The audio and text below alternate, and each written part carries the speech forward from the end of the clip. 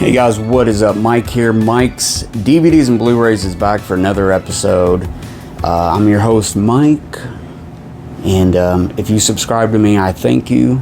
And in this episode, I am going to cover something I've wanted to do for a long time. Way back when I was thinking, man, I could do a YouTube channel, and I could show off this, and I could show off that, and I could do this series, and I could show that special edition. But this is something I thought about a long time ago. Way before I did a YouTube channel. This was dealing with LASERDISCs. I was collecting LASERDISCs pretty heavy at the time. I had got the bug again. See, LASERDISC started for me in like 92, 91, and I had a bug for a while and I bought them. Then I stopped for many years, and then I started again, and then I stopped. But, you know, I was building my collection. And then I got back into it again about 2015, and I started really collecting for serious this time. I'm going to go on eBay. I've got in some collectors groups on Facebook. I was really finding some great stuff, great prices. But anyways, I wanted to get the coveted first 9 Criterion LaserDiscs. They were known as the Silver Series. There's 9 movies, and they were in silver packaging with a photo on there, and that was their original. That was the first 9 movies released by Criterion Collection back in 1984.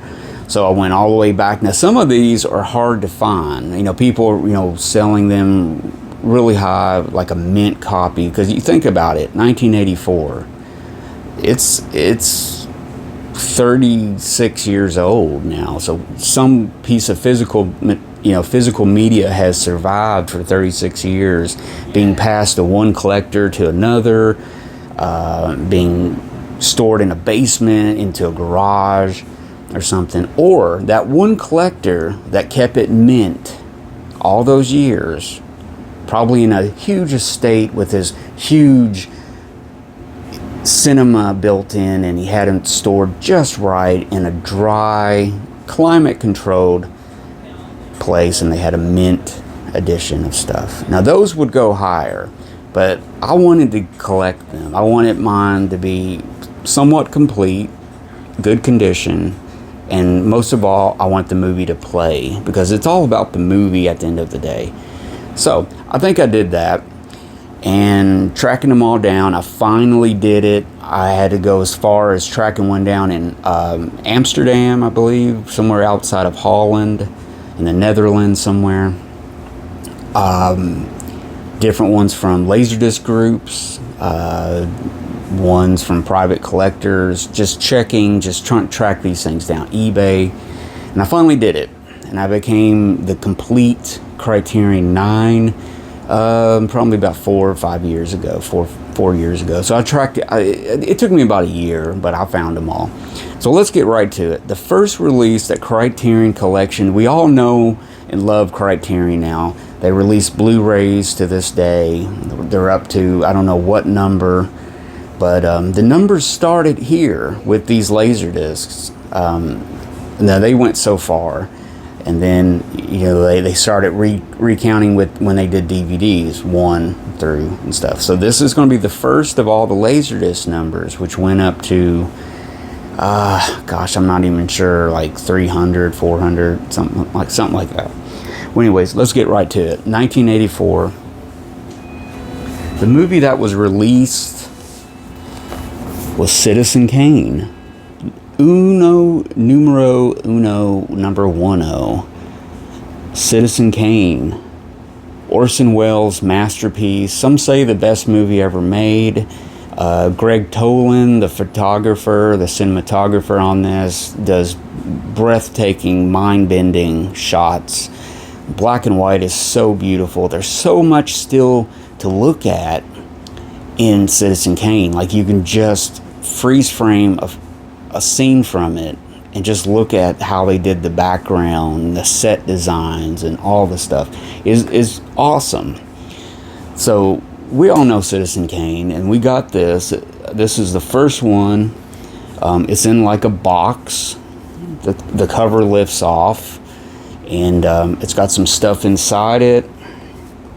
It's got like some stuff to protect it. It's in sleeves. It's even got the original note from Criterion telling you how to take care of your discs, how to store it, how to play it, if there was any problems, any secret things to skip to. So it was all on here. And I'm trying to think if it had, what this one had was, it had a visual thing of all the, it had like 100 photos from it.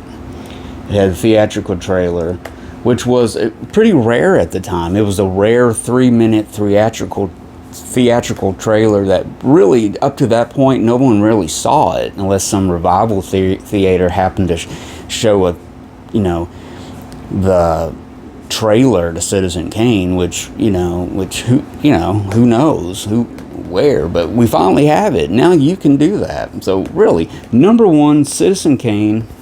I'm gonna put that down.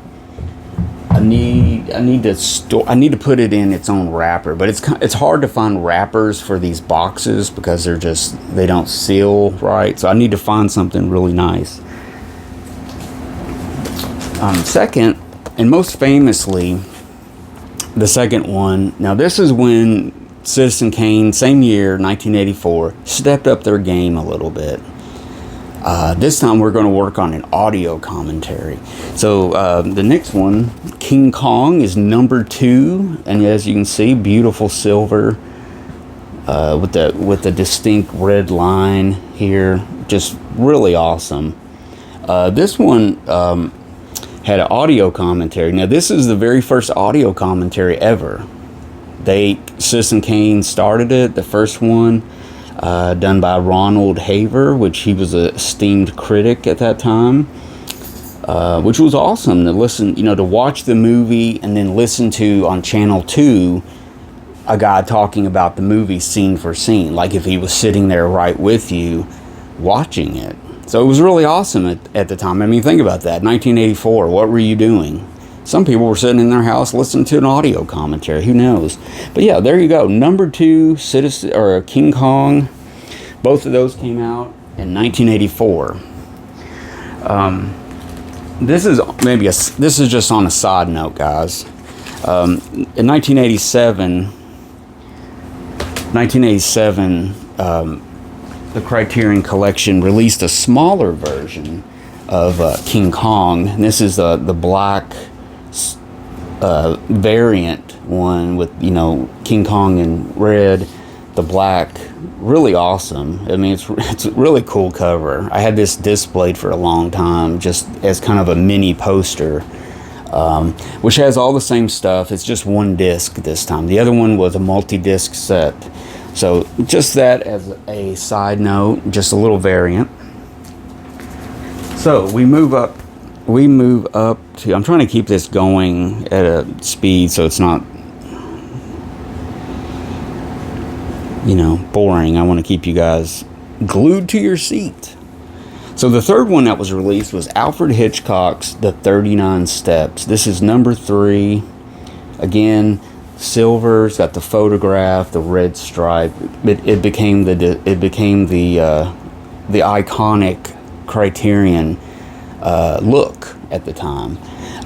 This is, of course, Alfred Hitchcock's classic movie. Great movie. Love this movie. I think it came out in 35. And just a little, this one basically just has the movie. But what's cool on here, that it has a price tag. It has the price right on the jacket. It said $39.95. So that was pretty expensive for 1985, So there you go, The 39 Steps. If you've never seen that movie, check it out. It's available everywhere. Like those sets you would come into Walmart or something, the big fat set from like Mill Creek or something. It's got all the Alfred Hitchcocks for like $5 or something.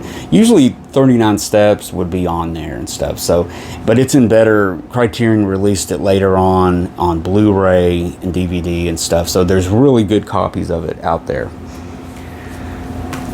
Next up, guys, this is from 1985 again, and I have it sealed up really good. One of my really cool movies to see. I really love watching this movie. Again, we got Orson Welles showing up in our list with The Third Man. Carol Reed directed Orson Welles in this movie. It's kind of a film noir, kind of a politically intrigue, suspense type of movie. But yeah, it stars Orson Welles and Joseph Cotton, Carol Reed. There were some famous scenes in here. Famous theme, the Third Man theme, is in this. So there you go, The Third Man.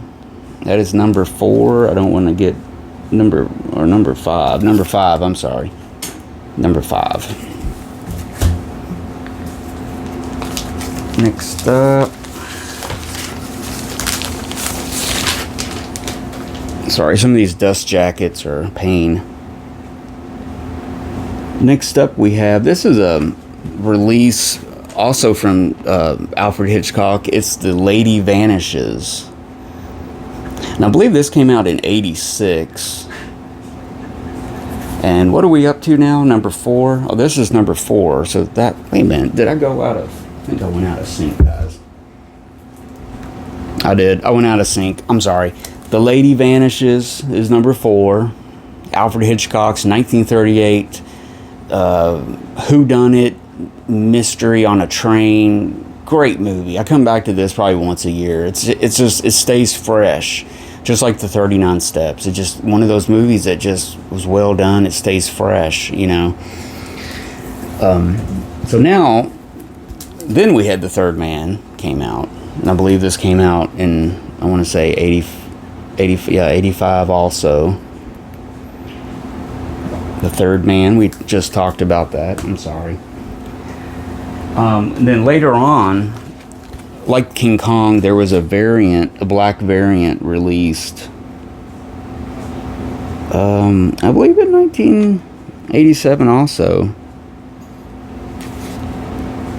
1988, they did a Third Man black variant one, so that's kind of cool. And I got those black variants before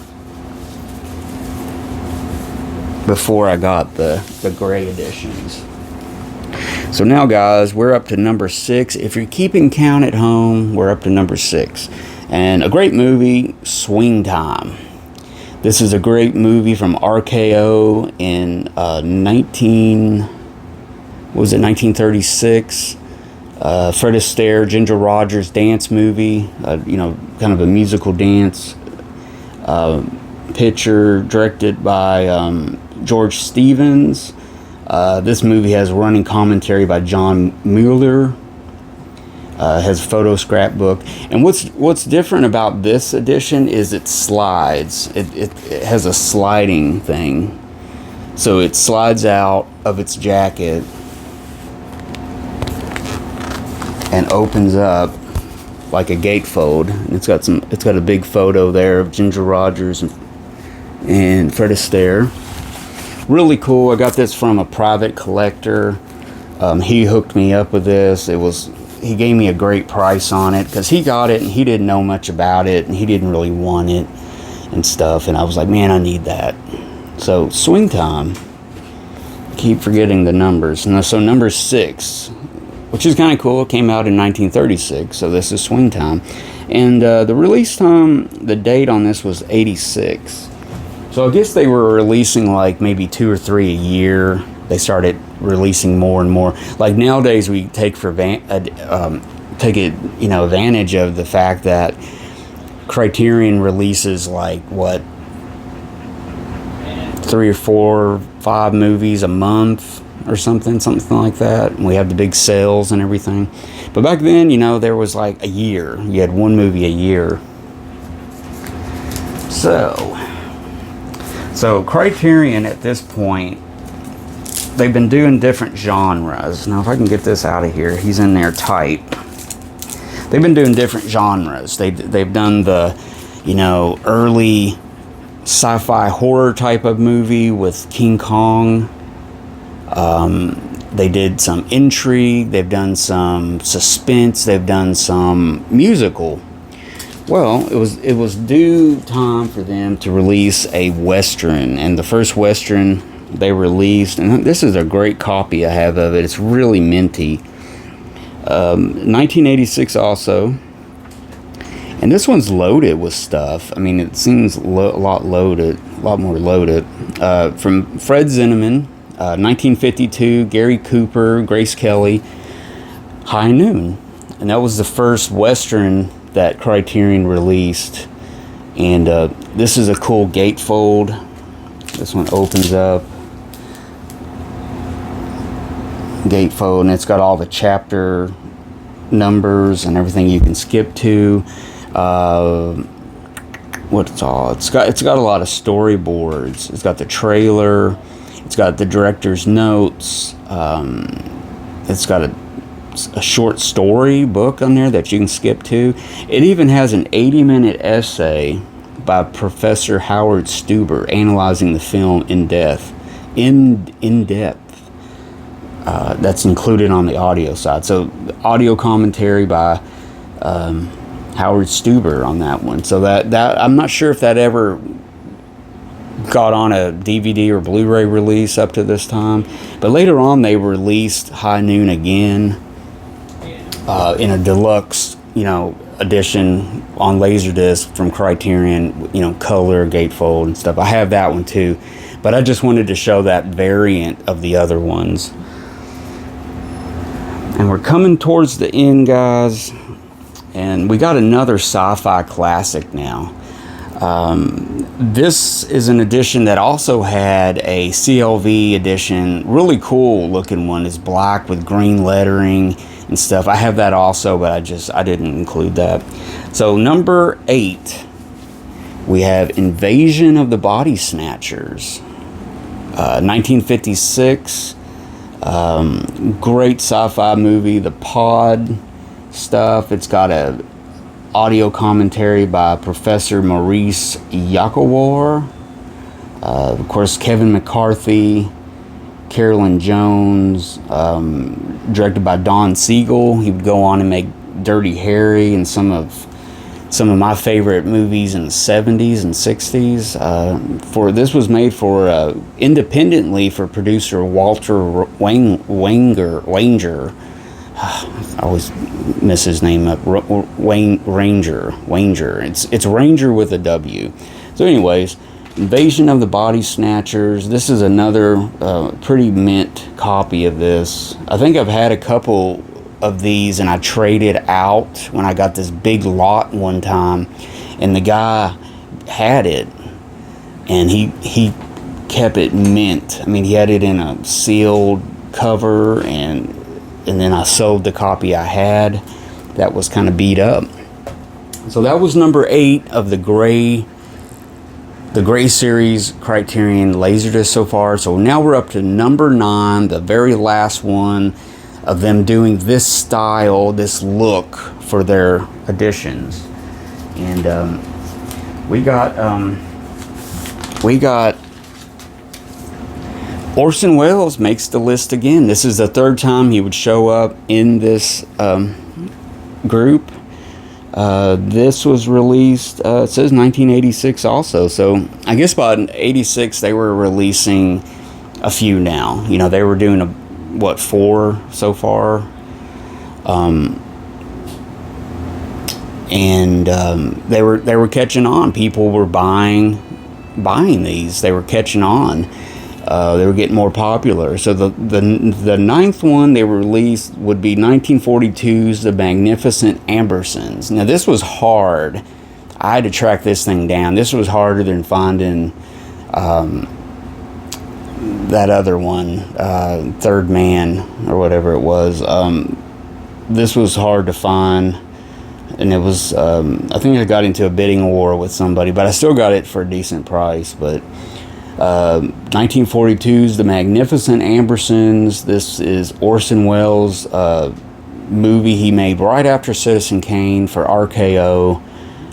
It's famously known as a movie that was truncated Trenchcated in the editing department. He went off to start filming, preparing another movie in South America, and while editing was being done.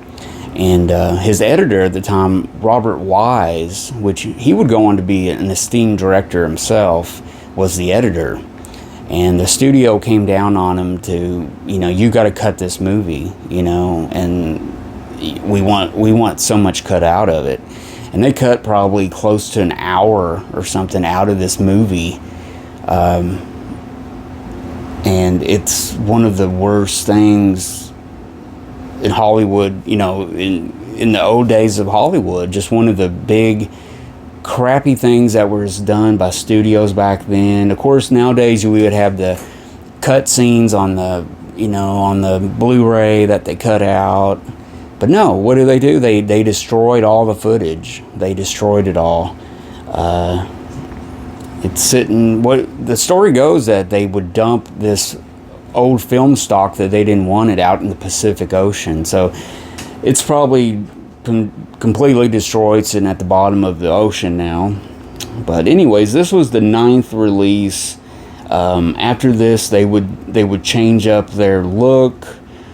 Only slightly. It would still be a picture, but it would be more in color. It would be black or different. They would use different colors for the jacket. The next one they would release would be Ingmar Bergman's The Seventh Seal, and that would be number 10.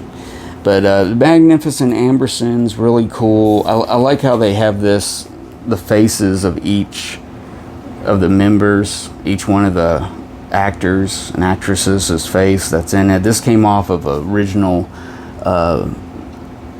paintings by Norman Rockwell. He actually did some work for posters and advertising for it and stuff. But still, to this day, it's one of the great tragedies in movie history.